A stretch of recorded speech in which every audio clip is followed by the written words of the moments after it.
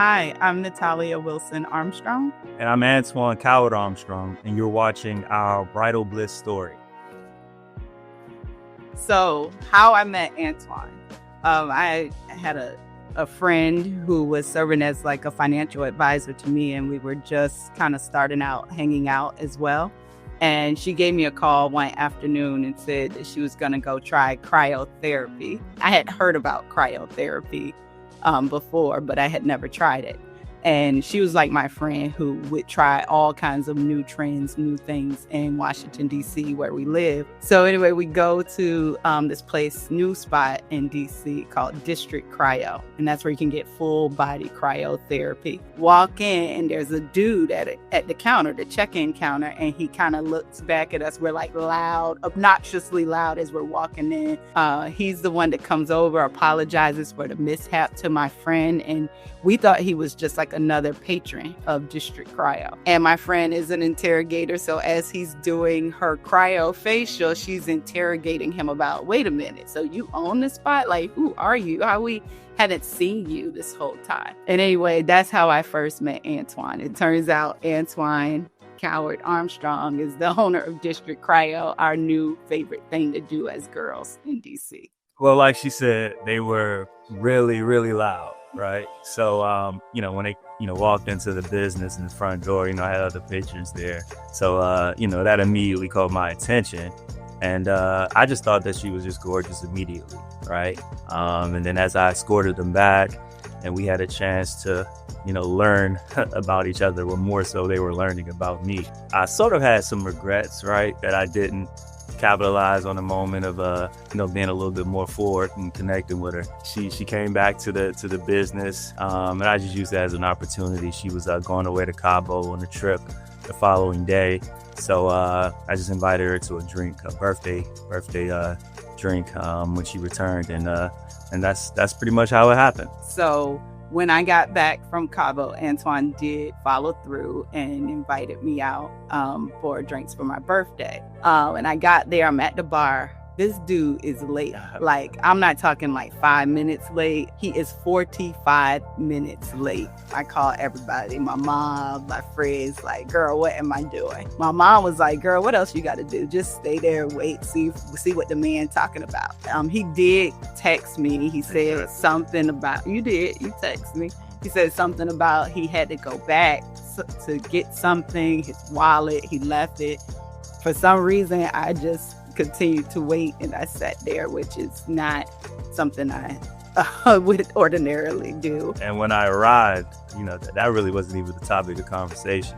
We just sort of dove right into it. Everything just flowed. So we didn't look back. We just started to talk, and it wasn't like I gave him a hard time, which I feel like totally I could have done that. So everything just flowed naturally. I didn't have any sort of intentions earlier on. When we connected, everything was just authentic, just kind of vibe. At those stages when you meet someone like that, you just genuinely just kind of want the best for them. So, we just kind of flowed. And then he actually told me that, which was, I couldn't believe. He's like, I want you to be happy. But I had never had anybody just like say that to me. And I'm like, you don't even really know me. Right. So I had questioned it, but it's actually one of those things that has turned out to be so true in the way he is with me and how it makes me feel.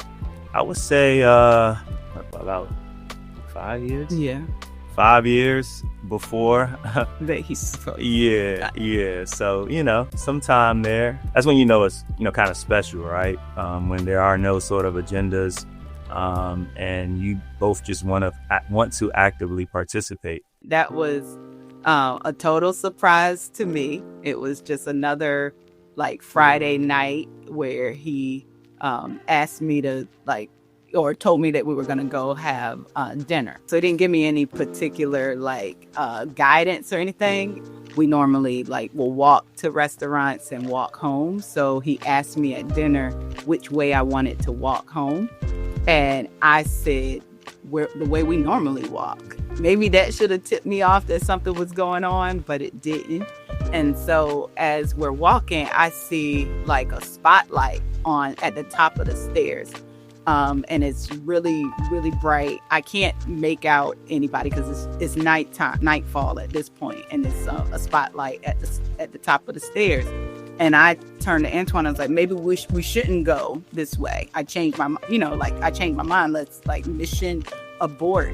And then Antwain tells me, babe, it's fine. He asked me to take off my jacket. I had for some reason it was on November, so I had like a jacket on. So I took the jacket off, but I also did that reluctantly. Still, no clue like what's going on or that this has anything to do with me or him. And I just want to get out of there. He takes my jacket, and then I'm looking at him like, what is going on? And then he gets on his knee. He like drops to one knee, and I'm like, oh my God, this for me. Like the lights, the man in the bushes, and and then but I still can't tell what the light is. But then it starts to come back. I think I started crying, and then I see the sign says "Marry Me."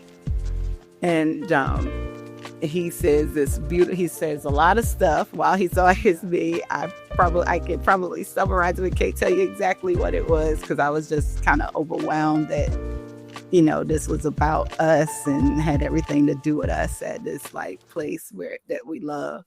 And I was clueless.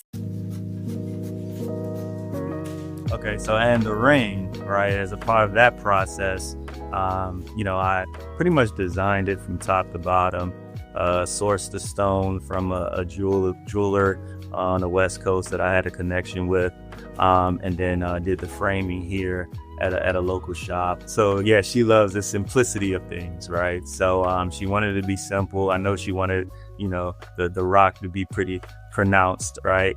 But I, added some flair in there with some rose gold and kind of, a old kind of, charm kind of element. I know those are the things she likes. So I did incorporate, now my mother-in-law in the process.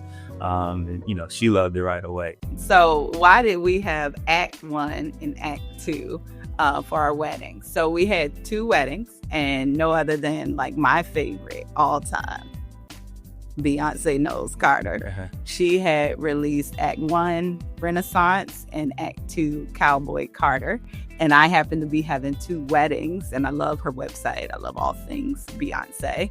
And so I said to Antwain that since we're doing 2 weddings, Beyoncé has Act 1 and Act 2. Act 1 Panama and Act 2 D.C.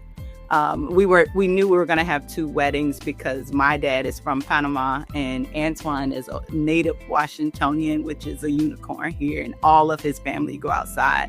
Somebody's his cousin or aunt or something. So we knew we had to have a DC wedding. We decided to have it in Panama because my wife's father is from Panama. He currently lives there, her parents, right? And we wanted that element. By the time we got there, we already had vendors in place. We had an idea of where we would host the wedding. This was at a point where we had interviewed several wedding planners. We had seen tons of venues. I had done all the research of all the places to have a wedding in Panama, the lists that are out there, including the best places in Casca Viejo. And so we had been there several times at this point, visiting different places. And so then we had finally, another visit had decided that we were going to have it at this one place in Casca Viejo. We were about to meet with the people to sign and pick the date. And this Antwain, who is, like I said, he is very thoughtful and very patient, and he was convinced right before we're scheduled to meet with these people. We're at the hotel to sign, and he says, babe, I think I saw something before we got here, on our way here. Let's put off the meeting so we can go take a look at it. And I'm like, you saw what? You didn't see anything. There is nothing else to see. I went walking with him, and again, kind of kicking and screaming, as you can see a theme here. And as we're walking, there is another place, and it is actually pretty magical. And he was like, turn down this alley, go this way. He knew more than me about this location. Yeah. So neither of us had any idea what the other was wearing. Like, I didn't share any details about my dress, but the dress process was super fun. Like, I went to New York, went to different places with my mom, Antwain's mom, my sister, his sister, who's now my sister-in-law, and just friends. And we had an amazing time, like, dress shopping. Dress from Act One, I would say, was lace on overload. I mean, it was from top to bottom, just very delicate lace, from the veil to the skirt to the entire design. And I just fell in love with it. I wore a Zuhair Murad. I just remember, looking down the aisle, and, it's about 20, 25 people, all with umbrellas, surrounding her, right? So that's what I saw initially. It was almost like she was sort of, surrounded by umbrellas, right? I could only see her feet, and then it just sort of like opened up and revealed rain is coming down. It was just you couldn't have a better moment. Seeing my handsome groom was everything. I had no idea what he was wearing. Actually, when Michelle, who did my makeup for Act One, she was like, what color is he wearing? And I was like, I don't know. She's like, you don't know what he's gonna have on? I said, no. She said, I hope he wears white. I can't even describe, like, with words how I felt. I was like taken aback because he looked so good. And I was also really happy that he had on white, although I didn't even know I wanted him to wear white. I don't think I had a color in mind, but it was perfect. So there were a lot of highlights and I would say special moments for Act One. But if I had to choose one, maybe two, right? I would say it had to have been sort of our first dance, right? So we were we danced to Otis Redding's rendition of Try a Little Tenderness, right? And then we transitioned that into the Hove and Ye Otis, right? Remix of that.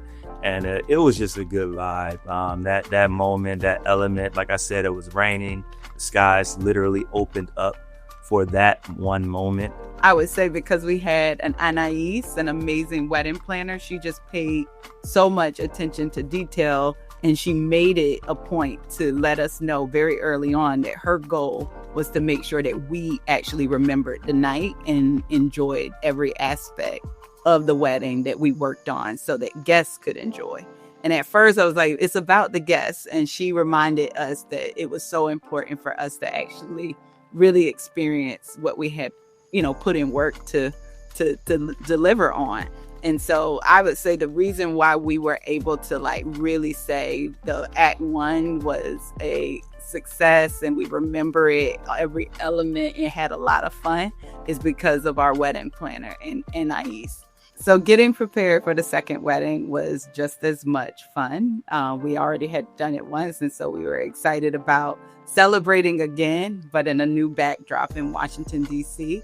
with all of our friends and family. It actually turns out that most of the people that went to Panama Act One, they were also looking forward to doing it twice, getting to party again with us for Act Two in D.C. I decided to go all in with Zuhair Murad for the second wedding as well for Act Two. And so I had another Zuhair Murad design. This one was more traditional Hollywood, big and just over the top, what I call garden glam. So I had a Zuhair Murad that I wore for the ceremony and the entrance. And then for the wedding reception, I wore an Oscar de la Renta floral print gown, which kind of played on our garden glam. We ended up having it at the wharf, but on the boardwalk, which is an outdoor sort of area right at the center of the wharf. And it was an incredible experience, right?